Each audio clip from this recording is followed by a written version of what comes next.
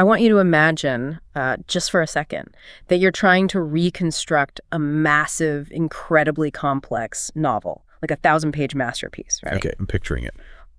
But there is a serious catch here. This novel has been run through an industrial paper shredder, so you just have millions of tiny confetti-sized strips of text. Oh, wow. That's a nightmare. Right. And the biggest problem is you don't even have the original book to look at.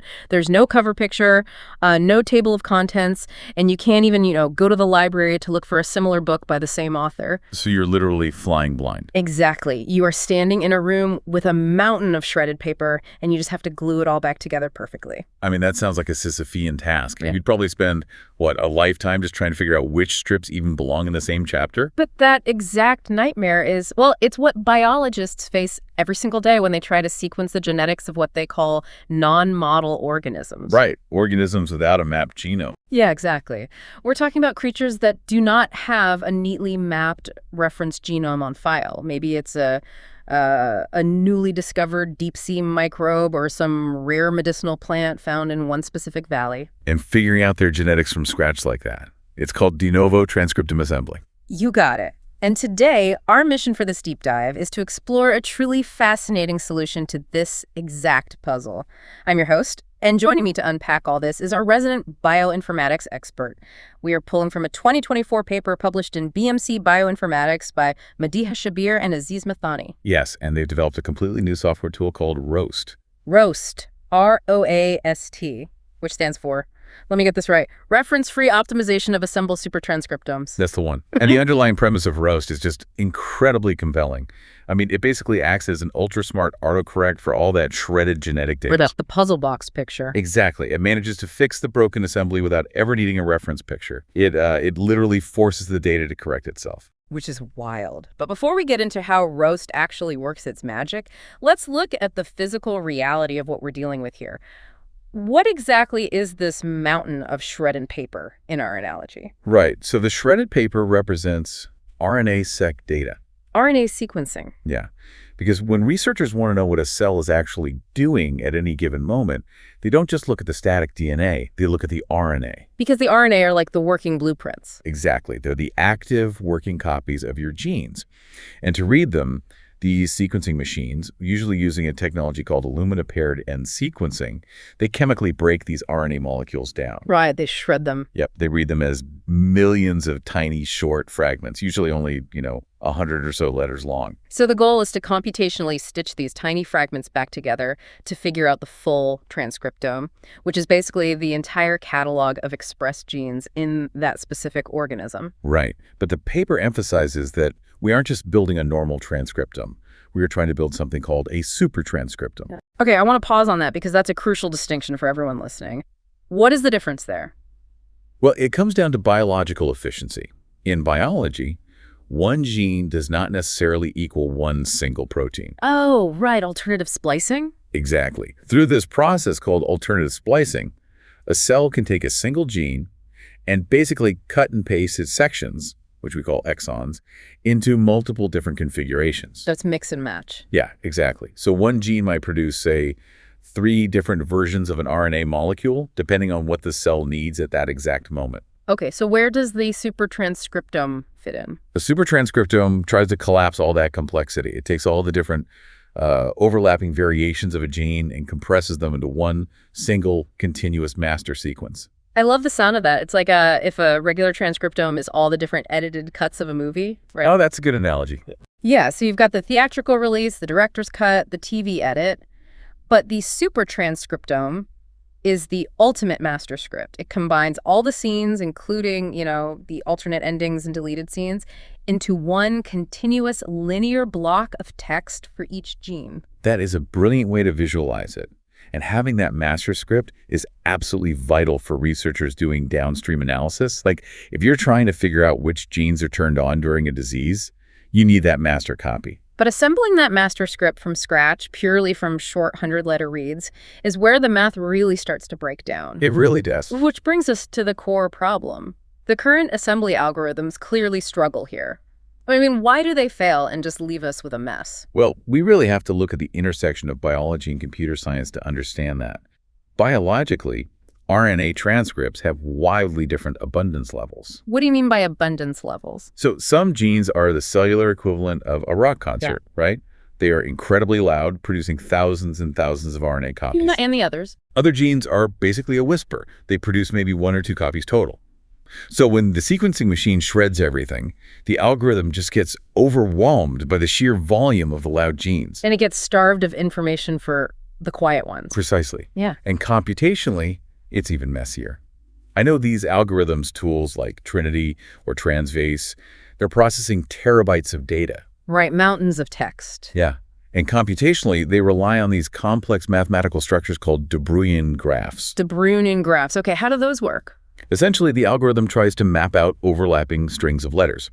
If you have the letters THE, it looks for an overlapping HER to build the word THE. THE, and then HER, the overlap is HE, so it stitches them. Exactly. But the problem is that genetic code is just full of repetitive sequences. Imagine trying to build that graph. But the sequence HER repeats 1,000 times across 50 totally different genes. Oh, wow. So it wouldn't know which path to take. Exactly. The graph becomes this massive, tangled knot of yarn.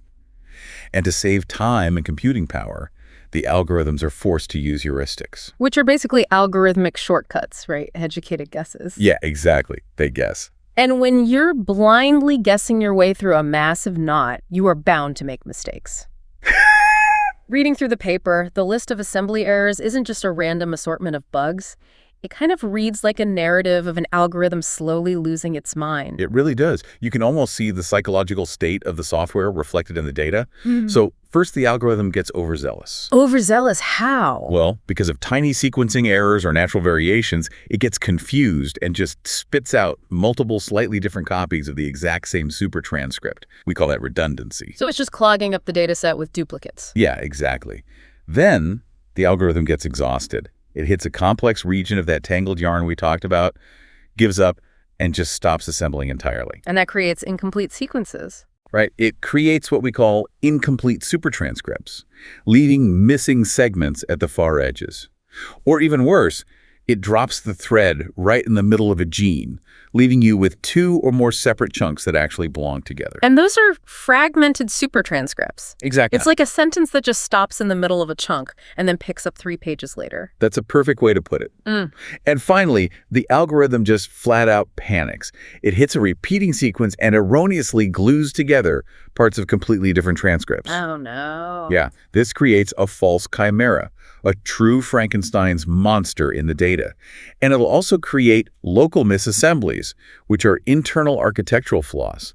Like what? Like missing sequences in the middle, or unsupported insertions of random junk, or even segments that are flipped completely backward. Okay, I have to challenge the premise here for a second. If the developers of these assembly algorithms mathematically know they're generating false chimeras and frayed edges, why do the standard fix-it tools in bioinformatics not just clean it up? Well, it's a good question. The traditional cleanup tools, like Branch or DRAB, are highly dependent on an algorithm called BLAST. BLAST. That stands for Basic Local Alignment Search Tool, right? Yes. It is essentially a heavy-duty shrill plus F search function. The old way of fixing a messy assembly was to run it through BLAST and compare it to the perfectly mapped genome of a closely related species. Oh, I see. So you'd look at a mouse genome to figure out how to assemble a rat transcriptome. Exactly. I see the trap. If you are studying that rare deep-sea fish we talked about, or a medicinal plant found in a single valley, there's no related genome on file. You have no cheat sheet. You are flying completely blind. The traditional tools crash because they absolutely rely on external validation. That is the massive hurdle in non-model organism biology. Right. So if ROAST can't look outward for an answer, it has to look inward. If I'm tracking the logic here, it takes all those tiny original shredded reads and maps them back onto the flawed, messy assembly the algorithm just spit out. Yes. It uses the assembly's own physical data against it. But before ROAST does anything structurally complex, it performs a really hard initial cleanup. What does it do? It runs a widely used clustering algorithm called CDHITs. I like to think of CDHI as a bouncer at a very exclusive club. A bouncer. Okay, I like this. It groups sequences together based on similarity. If 2 sequences are over 95% identical, The bouncer deletes the shorter redundant ones and only lets the longest representative sequence through. Oh, nice. So that immediately solves the overzealous redundancy problem we talked about. Exactly. Duplicates are in the trash. Awesome. So quick recap for you listening before we dive into the deep end. We've got our shredded RNA data. Algorithms try to build a master script, a supertranscriptome, but they mess up because of volume and complex overlaps. They create duplicates, missing edges, fragments, and Frankenstein chimeras. The old tools fail because there's no cheat sheet, so ROAST steps in, kicks out the 95% duplicates, and prepares to fix the rest using the data itself. That is a perfect summary. All right, so now we get to the core of ROAST's strategy. It starts hunting for what the paper calls error signatures, specifically something called soft clips. Yes, soft clips are the key to the whole thing. Let me try to visualize a soft clip because this is where the mechanism gets really clever. Imagine you have a jigsaw puzzle piece, right? Okay. You slide it into a slot where the picture of the sky matches perfectly, but the little cardboard tab on the end is bent, or it's sticking out awkwardly over the adjacent piece. I can see that. That sticking out part is a soft clipped base, right? It is real physical genetic data from the raw read that perfectly map to a sequence, but the tail end of it simply does not match the assembled contig. That jigsaw analogy translates perfectly to the biology. The alignment software essentially says, I know this RNA read physically belongs here because 90% of its letters match, but I have to mask or clip this extra 10% because the assembly algorithm didn't include those letters. Wow. And previous tools just ignored those soft clips as noise. Completely. Yeah. But ROAST looks at those bent tabs and realizes they aren't errors at all. They are glowing neon signs pointing to missing data. Which kicks off the first major phase of ROAST, right? The inner iteration. And this phase is entirely focused on fixing the frayed edges of the sequences, those incomplete supertranscripts. Exactly. ROAST loops through the data up to 30 times in this inner iteration. It aggressively scans the edges of an assembled sequence, looking specifically within the last 25 bases. Why 25? It's a statistical sweet spot to ensure we're actually at the edge. It's hunting for those soft clipped tabs sticking out into the void. But here's the smart part. It doesn't just trust one read. It requires a consensus. Right, because one read could just be a chemical sequencing error from the machine itself. Exactly. ROAST demands that at least 3 mapped reads have this exact same overhang, and 75% of them have to agree on the specific sequence of letters. Okay, 3 reads, 75% agreement. Very strict. Very strict. And if they meet that threshold, ROAST hands that data over to another tool called CEP3. What does CAP3 do? CAP3 is an overlap layout consensus assembler. Its entire job is to take overlapping fragments and build a single, highly accurate consensus sequence. Once CAP3 builds that new piece, ROAST literally glues it onto the edge, extending the supertranscript. That is brilliant. It is using the rejected puzzle tabs to rebuild the torn edges of the shredded paper. But the paper also talked about ROAST hunting for orphan reads. How do orphans fit into this edge-building process? To understand orphans, we have to look closely at how Illumina sequencing physically operates. It uses paired end reads, meaning it chemically reads both ends of a single RNA fragment. Okay. So you get 2 reads that are intrinsically linked, like 2 sides of a bridge. We know mathematically roughly how far apart they should be. Oh, like a married couple. If you find one, you know the other one should be standing a few feet away. Yes, perfect. Now imagine one end of that couple maps perfectly to the very edge of an assembled sequence. But the other end, the mate doesn't match anything in the assembly at all. It is unmapped, just floating in space. Oh, so it's an orphan. Exactly. ROAST classifies that unmapped mate as an orphan. Since we physically know that orphan belongs near the edge, ROAST grabs a cluster of these lost orphans, again, requiring at least 3 of them, assembles them using CP3, and uses them to extend the edge even further into the unknown. And it accepts the fix as long as it extends the sequence by what, at least 50% of the read length? That's right. Okay, I want everyone listening to think about the philosophy of that for a second. ROAST loops 30 times, hunting for the soft clips in the orphans. It is relying entirely on garbage data, the outliers and anomalies that the original algorithm threw away, to mathematically prove what the missing edges should be. It's a huge paradigm shift. It really is. It makes you wonder how often in other scientific fields or even in our own daily project data at work, we ignore the errors when those exact anomalies actually hold the solution to the missing pieces. It is a profound shift in perspective, for sure. But from a strict causal standpoint, ROAST is forced to run this inner iteration first. Why first? Because you physically cannot reliably merge broken, fragmented genes together until you have fully extended and repaired their edges. You need the complete puzzle pieces before you can join them. Right, you can't build the middle if the edges are still missing. So once those edges are clean, roast transitions into the outer iteration. Yes. So, recap time again. Inner iteration, 30 loops, fixing the edges using bent puzzle tabs, soft clips, and orphan reeds.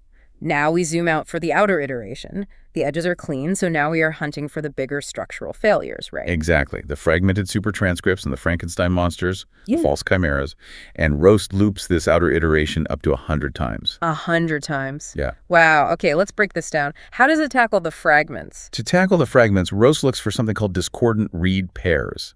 Let's go back to your married couple analogy. Okay, the paired end reeds. Right.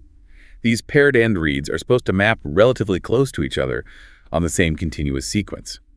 But if roast scans the data and finds a cluster of them, at least 5 pairs to be exact, where one half the couple maps to sequence A and the other half maps to sequence B. Oh, that is a massive red flag. The math says they should be together, but the assembly put them in totally different zip codes. Exactly. It's the physical proof that sequence A and sequence B are actually 2 halves of the same fragmented gene. So how does it fix it? Roast isolates those 2 sequences and runs them through BLAST against each other, looking for overlap. If it finds at least a 10 base overlap with a 90% letter match, it surgically stitches them together into one long continuous sequence. Okay, finding fragments makes total sense because you have the pairs linking them together. But what about the chimeras, where the algorithm panicked and glued 2 completely different books together? I mean, how do you spot an artificial fusion without a reference genome to tell you it's wrong? Roast utilizes 2 distinct, really highly intuitive strategies to spot chimeras. First, it goes back to our old friend, the soft clip. The bent puzzle tabs. Right. But this time, it's not looking at the edges. It looks for soft clips occurring right in the middle of an assembled sequence, and specifically where the bent tabs are all facing in only one direction. In one direction. What does that mean biologically? Biologically, that implies a severe structural break. It's a place where the real reads violently disagree with the assembled sequence. It essentially marks the glue joint of the chimera. Wow. Okay, and the second strategy? The second strategy looks at read coverage. It scans the sequence for an abrupt 80% or greater spike or drop and how many reads are mapped to a specific spot. Okay, wait, I love this visual. Let me try this. Imagine you are driving on a busy 8-lane superhighway, right? Okay. And the thousands of cars represent the mapped reads, and suddenly, instantaneously, without an off-ramp or warning sign, you are driving on a 1-lane dirt road. Yes, perfect. That mathematical impossibility implies that someone took a map of Los Angeles and artificially taped it to a map of rural Montana. Roast finds that exact coordinate where the highway turns to dirt, and it severs the sequence. That is spot on. That coverage drop is the telltale signature of sequencing bias colliding with an artificial fusion, so it cuts them apart. Incredible. And finally, the outer iteration has to tackle those local misassemblies, the internal flaws. Right. And to do that, Roast analyzes the spatial geometry of the soft clips. Wait, the geometry, how does a genetic sequence have geometry? It's about the orientation of those bent puzzle tabs. If Roast finds soft-clipped bases in the middle of a sequence that are crisscrossed, meaning the unmapped tails are pointing away from each other, it indicates that a chunk of the underlying sequence is missing, or that a segment was inverted or translocated. Meaning the algorithm flipped a piece backward. Exactly. So Roast will search the assembly for that missing chunk and attempt to insert it or flip it to the correct orientation. And what if they aren't crisscrossed? Conversely, if the soft clips are facing towards each other, overlapping in the center, it implies an unsupported insertion.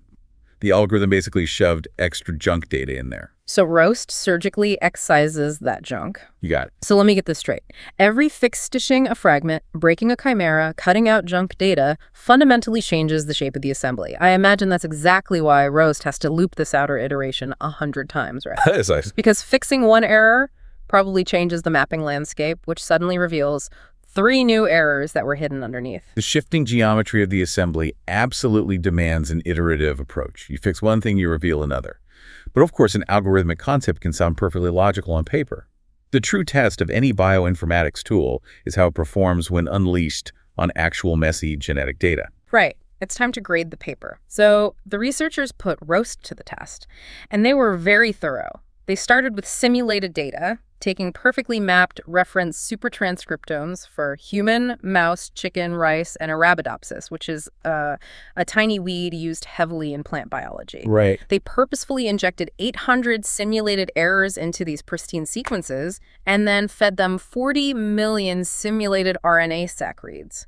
Now, why go through the trouble of simulating the data first? Because in a simulation, you possess the answer key.